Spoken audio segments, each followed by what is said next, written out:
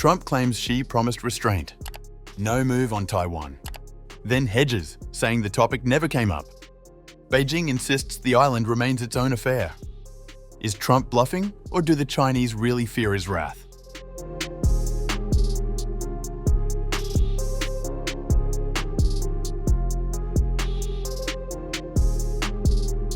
United States President Donald Trump claimed that Chinese President Xi Jinping has assured him that Beijing would take no action toward its long-stated goal of unifying Taiwan with mainland China while he is in office.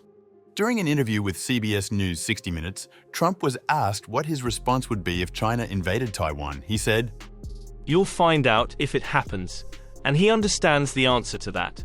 Why not say it never even came up yesterday as a subject? He never brought it up.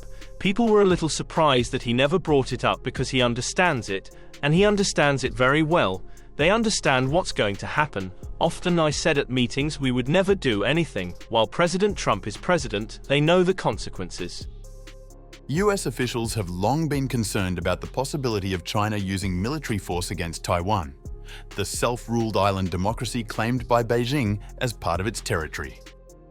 In the same interview with CBS, aired on November 2nd, Trump almost contradicted himself by saying that the long contentious issue of Taiwan did not come up in his talks with Xi on October 30th in South Korea, which largely focused on the US-China trade tensions. Asked if he would order US forces to defend Taiwan if China attacked, Trump demurred.